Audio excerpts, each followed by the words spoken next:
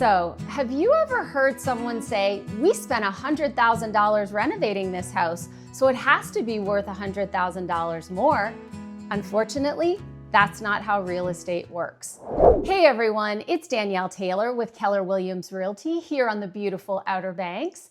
And today we're playing the latest round of Relevant, Irrelevant as it relates to renovations, updates, and improvements.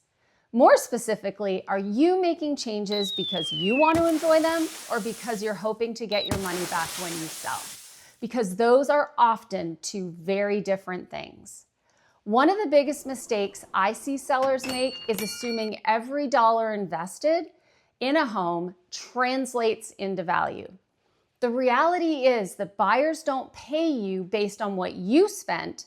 They pay based on what their perceived value is to the home and what the home is worth compared to other options on the market. So before starting any renovation, ask yourself one simple question. Am I doing this for me or am I doing this for resale? Neither answer is wrong. The problem comes when we confuse the two. Let's start with something that surprises people. We installed a new roof, new HVAC, and a new water heater. Relevant or irrelevant? For resale value, it's often less relevant than people think. I would call it kind of neutral. As a coastal market, don't get me wrong, having these updated and working well is incredibly important. But buyers generally don't pay significantly more because your roof, water heater, and HVAC are in good working order. They kind of expect that.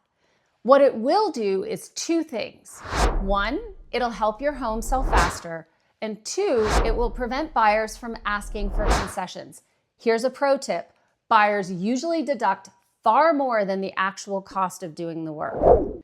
But rarely for these items are you going to get a dollar for dollar return. It's more about protecting your value than creating your value.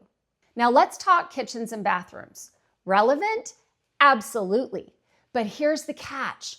A well-designed kitchen or bathroom renovation can absolutely improve value and marketability. But a luxury kitchen that costs $150,000 in a neighborhood where buyers expect a $30,000 kitchen, not so much. Be very careful not to over-improve if you're doing it for resale. Buyers compare homes within a price range and a market.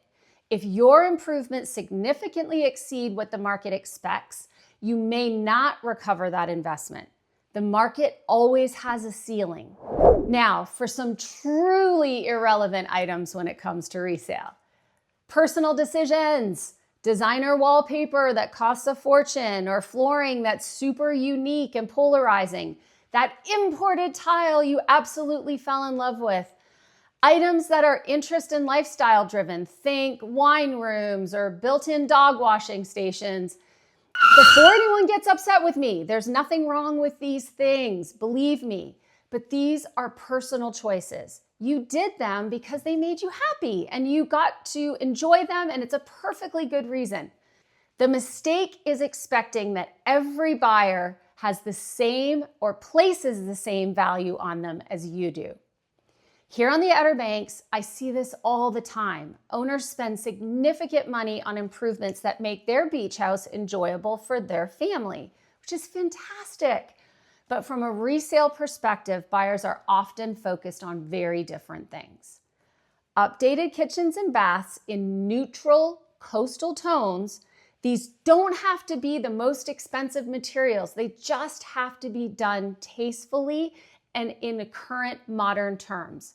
Improved outdoor living spaces, updated flooring, well-maintained and cared for properties, these are much more relevant. So here's the takeaway. If you're renovating for enjoyment, spend your money exactly how you want. You earned it, you spend it. You're the one living there. Just know that unless you find your doppelganger, you likely won't be getting your money back. If your primary goal is maximizing resale value, stop asking, what do I want?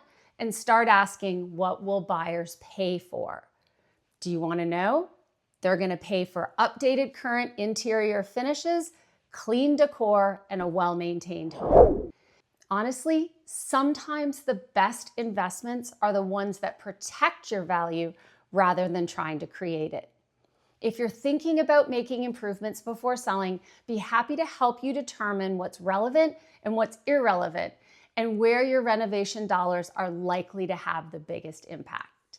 So just remember, like and subscribe so you don't miss any of our tips and tricks, and we'll see you next time, because there's no better living than Sandbar living. Sandbar living, it's where I roam. The sea's my church, the beach my home.